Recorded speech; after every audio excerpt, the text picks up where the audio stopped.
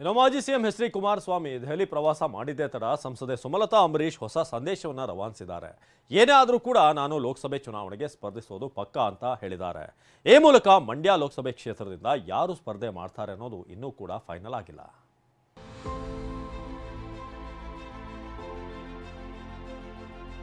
ನನಗೆ ಒಂದು ಟಿಕೆಟ್ ಬೇಕು ಅಂದ್ರೆ ನನಗೆ ಹಲವಾರು ಆಪ್ಷನ್ಸ್ ಇದೆ ನನ್ನ ಮುಂದೆ. ನನ್ನ ಹೋರಾಟ ಮಂಡ್ಯಕ್ಕೋಸ್ಕರ. ಬಿಡೋದಕ್ಕೂ ಆಗ್ತಿಲ್ಲ, ಹಿಡಿಯೋದಕ್ಕೂ ಆಗ್ತಿಲ್ಲ. ಈ ಕಡೆ ಬಿಜೆಪಿ, ಆ ಕಡೆ ಜೆಡಿಎಸ್. ಒಂದು ರೀತಿ ಅಡ್ಡಗೋಡೆ ಮೇಲೆ ದೀಪ ಇಟ್ಟಂತಾಗಿದೆ ಸಂಸದೆ ಸುಮಲತಾ ಪರಿಸ್ಥಿತಿ. ಕ್ಷಣ ಕ್ಷಣಕ್ಕೂ ಕುತೂಹಲ. ಮಂಡ್ಯ ಟಿಕೆಟ್ ಯಾರ ಪಾಲಾಗುತ್ತೆ ಅನ್ನೋ ಪ್ರಶ್ನೆಗಳು. ಅದರಲ್ಲೂ ಎಚ್ಡಿಕೆ ಅಮಿತ್ ಶಾ ಭೇಟಿ ನಂತರ ಬೇರೆಯದ್ದೇ ವಾತಾವರಣ ನಿರ್ಮಾಣವಾಗಿದೆ. ಮಂಡ್ಯ ಜೆಡಿಎಸ್ ಪಾಲಾಯಿತು ಎಂಬ ಮಾತುಗಳು ಸಹ ಕೇಳಿ ಬರ್ತಿವೆ. ಇದರ ಬಗ್ಗೆ ಸುಮಲತಾ ಉತ್ತರಿಸಿದ್ದು ಹೀಗಿತ್ತು. ಅಂತೆ ಕಂತೆ ಅನ್ನೋದು ನಾವು ಮೊದಲಿಂದ ಕೇಳ್ಕೊಂಡು ಬರ್ತಾ ಇದ್ವಿ. ಅಧಿಕೃತವಾದ ಒಂದು ಘೋಷಣೆ ಆಗುವವರೆಗೂ ಯಾವುದು ನಿಜ ಇಲ್ಲ ಅಂತಾನೆ ತಿಳ್ಕೊಂಡು. ಅಮಿತ್ ಶಾ ಎಚ್ಡಿಕೆ ಭೇಟಿ, ಸಂದೇಶ ರವಾನಿಸಿದ ಗೌಡ್ತಿ. ಲೋಕಸಭೆ ಚುನಾವಣೆಗೆ ಸ್ಪರ್ಧಿಸೋದು ಖಚಿತ ಎಂದ ಸುಮಲತಾ.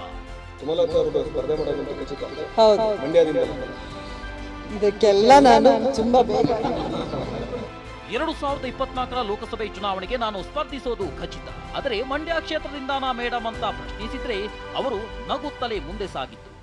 ಸುಮಲತಾ ಅವರು ಸ್ಪರ್ಧೆ ಮಾಡೋದಂತೂ ಖಚಿತ. ಹೌದು, ಮಂಡ್ಯದಿಂದಲೇ. ಇದಕ್ಕೆಲ್ಲ ನಾನು ತುಂಬಾ ಬೇಗ. ಈ ಮಾತುಗಳನ್ನ ಕೇಳ್ತಿದ್ರೆ ಯಾವುದೇ ಕಾರಣಕ್ಕೂ ಸುಮಲತಾ ಮಂಡ್ಯ ಬಿಟ್ಟು ಕೊಡಲ್ಲ ಎಂಬಂತಿದೆ. ಆದ್ರೆ ದೆಹಲಿಯಲ್ಲಿ ನಡೆದ ಅಮಿತ್ ಶಾ ಜೊತೆಗಿನ ಮಾತುಕತೆಯಲ್ಲಿ ಮಂಡ್ಯ ಜೆಡಿಎಸ್ ಪಾಲಾಗಿದೆ ಎಂಬ ಗುಲ್ಲೆದ್ದಿದೆ.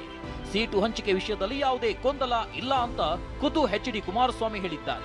ಇವತ್ತು ಸೀಟ್ ಶೇರಿಂಗ್ ಸಂಬಂಧಪಟ್ಟ ಹಾಗೆ ಬಿಜೆಪಿ ಮತ್ತು ಜೆಡಿಎಸ್ ನಡುವೆ ಯಾವುದೇ ರೀತಿ ಗೊಂದಲಗಳು ಇಲ್ಲ.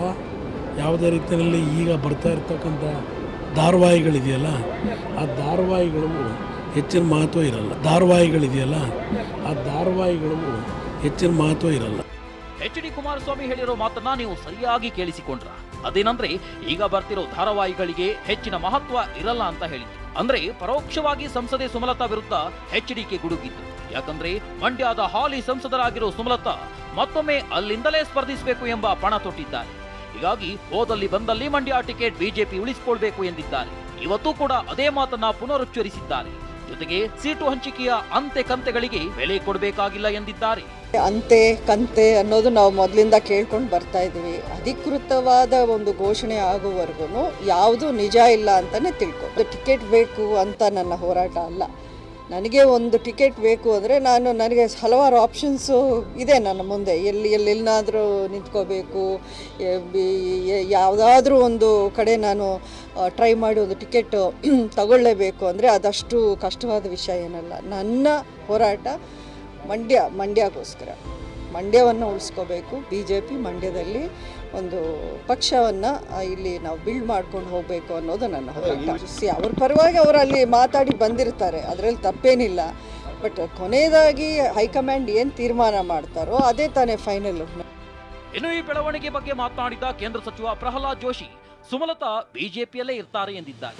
ವಿಶ್ವಾಸದ ಸೀಟ್ ಹಂಚಿಕೆ ಸರಿಯಾಗಿ ಆಗತ್ತೆ ಮತ್ತು ಆಗೋಕ್ಕಿಂತ ಮೊದಲ ಇಲ್ಲಿನ ರಾಜ್ಯ ಘಟಕವನ್ನು ಅವ್ರ ರಾಜ್ಯ ಘಟಕಗಳು ಕೂಡಿ ಮಾತುಕತೆ ಮಾಡಿ ಎಲ್ಲ ಸರಿ ತೀರ್ಮಾನ ಆಗುತ್ತೆ. ಸುಮಲತಾ ನನ್ನ ಪ್ರಕಾರ ಬಿಜೆಪಿ ಒಳಗೆ ಇರುತ್ತೆ.